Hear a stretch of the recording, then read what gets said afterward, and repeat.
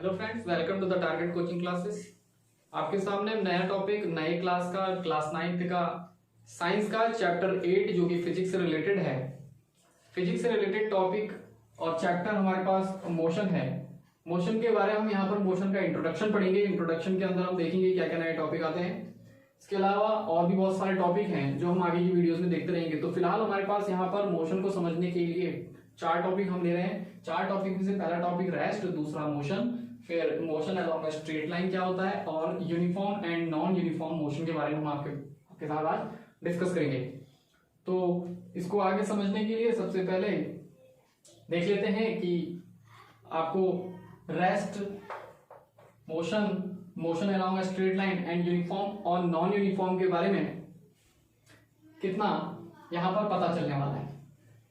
तो यहां पर सबसे पहले शुरू करते हैं। मोशन आप लोग पता ही होगा डेली लाइफ से रिलेटेड है। तो फिजिक्स में हम जितने भी टॉपिक पढ़ते हैं सारे डेली लाइफ से रिलेटेड पढ़ते हैं। मोशन मतलब जो भी चीज चल रही है उसे हम मोशन में कह सकते हैं। जो भी चीज रुकी हुई है उसे हम रेस्ट में कह सकते हैं। पर फिजिक्स के पॉइंट ऑफ व्यू से यहाँ पर हमें समझना पड़ेगा कि इसमें और क्या अंतर है, इसे बुक में देने की जरूरत क्या पड़ी, किस तरीके से इसे बुक में समझाया गया है, वो यहाँ पर हम देख लेते हैं। अलग अलग पॉइंट ऑफ व्यू से सारे एंगल से इसको समझते हैं। तो सबसे पहले हम देखते हैं यहाँ पर रेस्ट। आपसे अगर पूछा जाए कि रेस्ट किसे कहेंगे तो आप कहोगे जो चीज रुकी हुई है, कोई ऑब्जेक्ट अगर रुका हुआ है, मोशन नहीं कर रहा है, नहीं चल रहा है, रुका हुआ है, 0 स्पीड में है, तो आप कहोगे कि उसे हम रेस्ट में कह सकते हैं। देखते हैं यहाँ पर फिजिक्स की लैंग्वेज में रेस्ट किसे बोला जाएगा। If a body does not change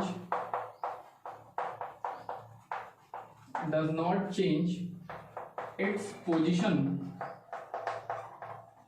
with time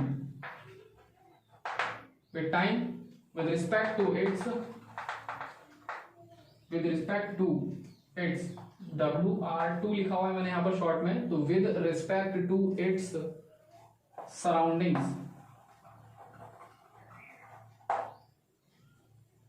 is caught in rest, तब उसे रेस्ट में बोला जाएगा। इसका मतलब मैं भी आपको बताऊंगा। तब तक फिर अगली डेफिनेशन देख लेते हैं मोशन की, तो दोनों को साथ में समझना इजी रहेगा। मोशन और रेस्ट में क्या अंतर है। If a body does not change, तो यहां पर आ जाएगा if a body does not की जगह पर आ जाएगा change its position with time with respect to its surrounding is called in motion, तब उसको मोशन में बोला जाएगा। तो इसका हिंदी मीनिंग ये होगा कि अगर कोई बॉडी डज नॉट चेंज नहीं करती है अपनी पोजीशन को, मतलब अगर कोई बॉडी यहां पर रखी हुई है और ये अपनी जगह से हिल ही नहीं रही है टाइम के साथ साथ, कोई इंसान अगर 10 मिनट बाद इसको ऑब्जर्व कर रहा है तो ये यहीं पर रखी है, 1 घंटे बाद आ रहा है तो भी ये यहीं पर रखी है, कल आ रहा है तो भी यहीं पर रखी है, तो देखेगा कि बॉडी जो है, ऑब्जेक्ट जो है अपनी जगह से हिल ही नहीं रहा है, तो इसका मतलब वो रेस्ट में है। टाइम के साथ साथ इसने अपनी पोजीशन चेंज नहीं करी है, वो भी किसके रिस्पेक्ट में, with respect to its surrounding के रिस्पेक्ट में। तो सराउंडिंग के रिस्पेक्ट में ऐसा क्यों बोला है यहाँ पर, इसको भी समझ लेते हैं। माना कि किसी टेबल पर कोई बुक रखी हुई है,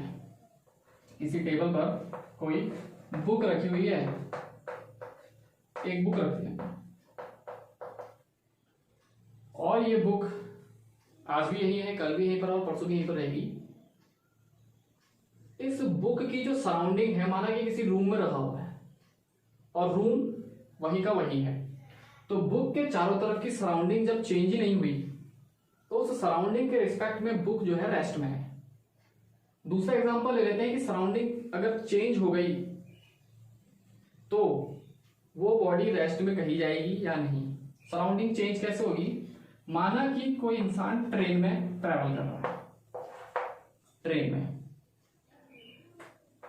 ट्रेन में 2 लोग बैठे हैं, एक की सीट है और दूसरे की सीट इसके जस्ट सामने है। 2 ऑब्जेक्ट हैं, हम यहाँ पर 2 पर्सन ले लेते हैं, person A and person B.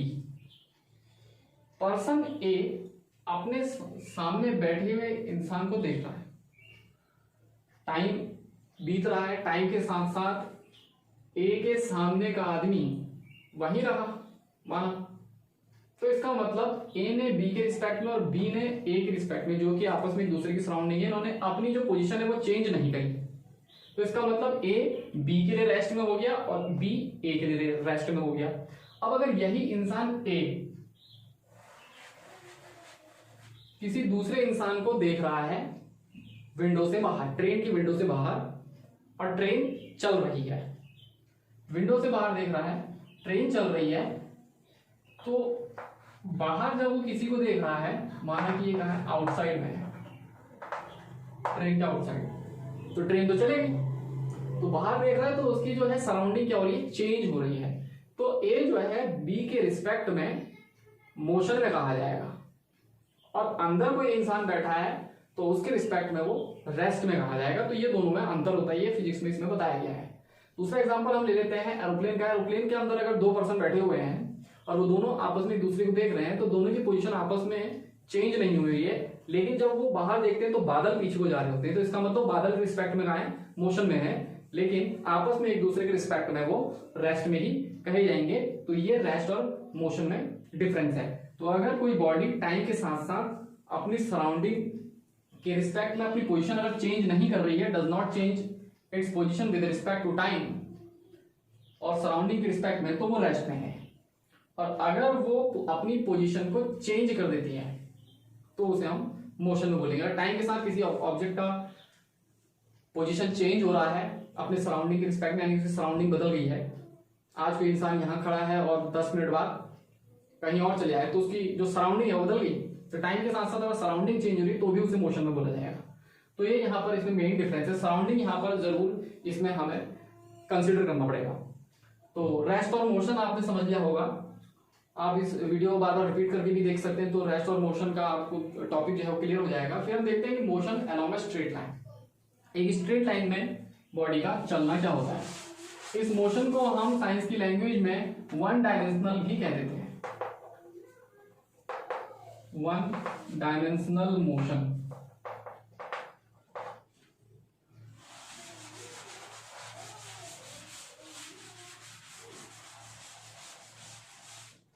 One dimensional motion या motion in a straight line क्या होता है, अगर कोई ऑब्जेक्ट या कोई पर्सन अपने घर से चला और उसे पोजीशन ए से पोजीशन बी में पहुंचना है, पोजीशन ए से पोजीशन बी में पहुंचने का स्ट्रेट पाथ है, एक स्ट्रेट लाइन हमने ड्रॉ कर दी।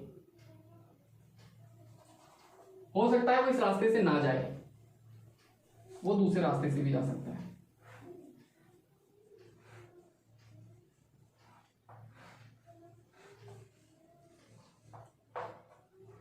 दो पाथ हैं ए से बी तक पहुंचने के, तो क्या ये दोनों path, first path second path, क्या ये दोनों पाथ स्ट्रेट लाइन है? दोनों पाथ स्ट्रेट लाइन ही कहे जाएंगे। एक टाइम पर देखें, अगर हम ए से बी कहीं नहीं मुड़े, कहीं चेंज नहीं किया, तो ए से बी तक सीधे हम ए की तरफ को चले गए। अब देखते हैं दूसरा रास्ता,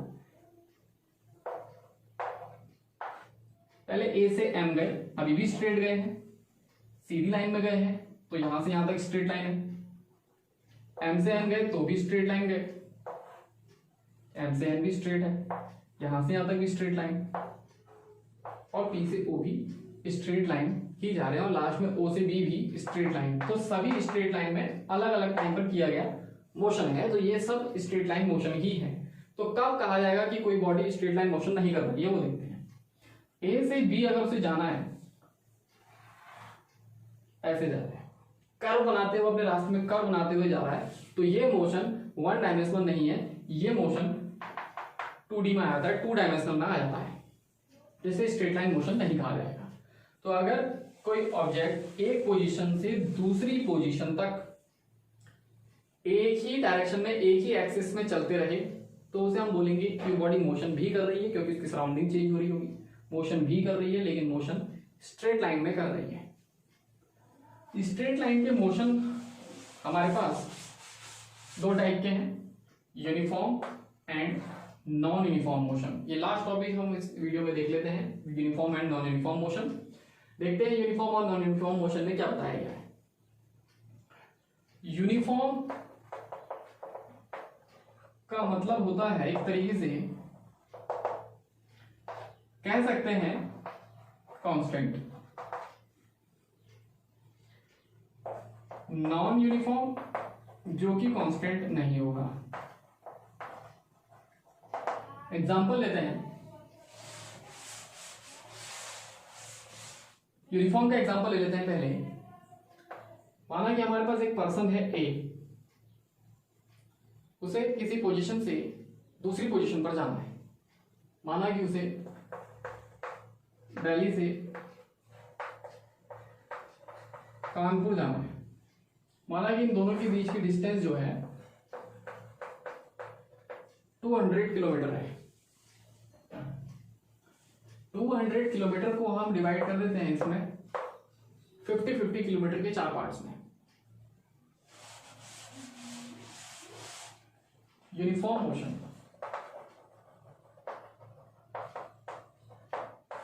4 पार्ट्स में इसको हमने डिवाइड कर दिया। फर्स्ट पार्ट डिस्टेंस, उसने पहली डिस्टेंस चली 50 किलोमीटर की, टाइम लिया इसने 0 से 50 तक जाने में 1 आवर कह सकते हैं या 60 मिनट लिए। वो कैसे भी जा रहा है, बाइक से जा रहा है, कार से जा रहा है, किसी भी व्हीकल से अगर वो जाए, अगली डिस्टेंस उसे फिर से 50 किलोमीटर ट्रैवल करनी है। इस बीच अगली डिस्टेंस फिर से 50 किलोमीटर उसने 1 आवर में या 60 मिनट में ट्रैवल कर ली।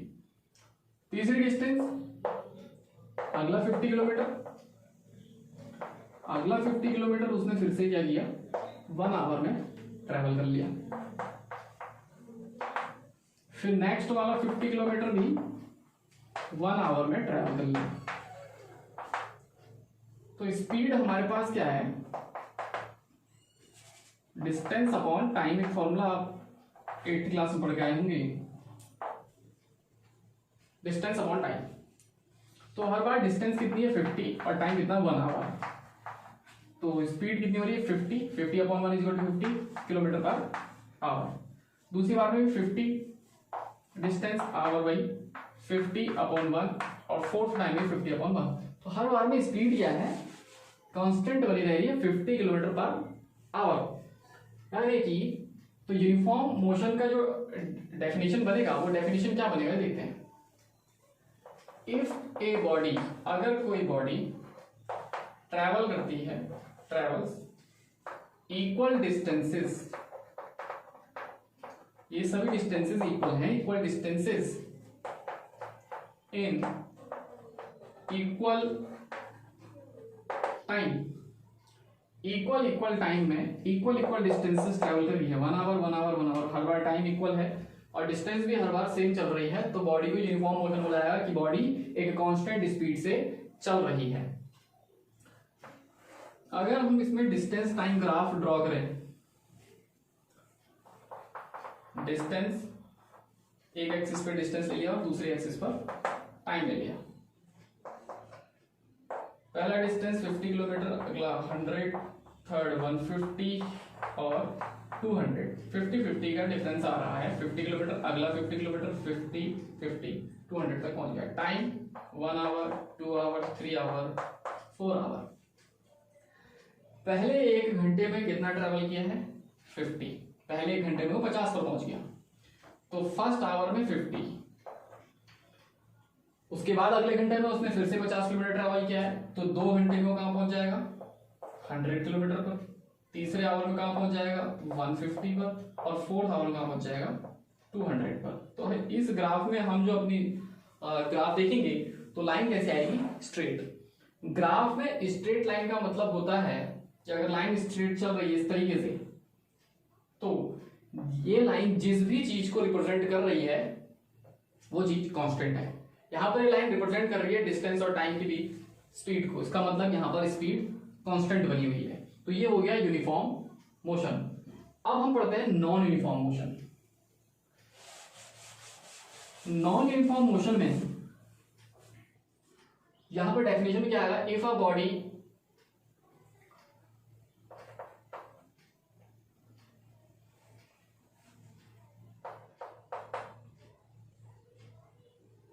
ट्रैवल, इक्वल की जगह पर आ जाएगा unequal distances in equal time interval कह सकते हैं।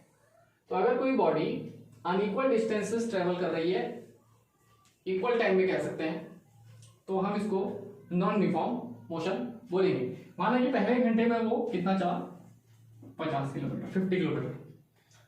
अगले आवर में 50 नहीं चला, माना कि वो थक गया, बाइक खराब हो गई थी, तो 40 किलोमीटर की स्पीड से ही चल पाया, 40 किलोमीटर ट्रैवल कर पाया अगले एक घंटे में। फिर अगले एक घंटे में वो फिर से 40 ही चल पा रहा है,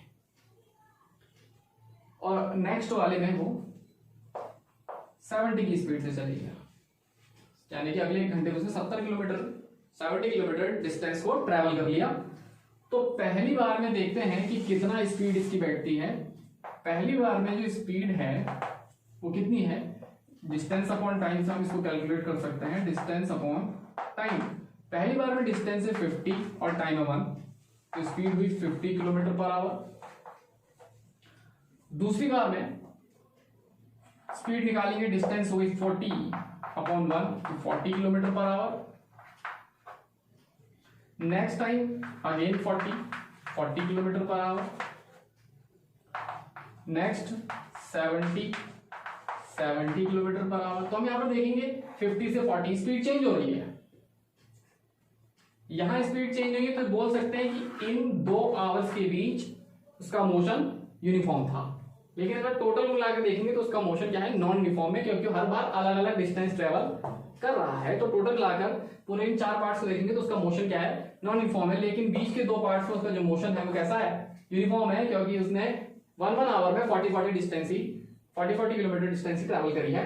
तो अगर कोई बॉडी अनइक्वल डिस्टेंस ट्रैवल करती है इक्वल टाइम इंटरवल्स में, तो हम उसको बोल सकते हैं कि बॉडी कैसा मोशन कर रही है, नॉन यूनिफॉर्म मोशन कर रही है। तो हम यहाँ पर इसका ग्राफ अगर देखेंगे तो इस बार ग्राफ स्ट्रेट लाइन में नहीं आएगा। 50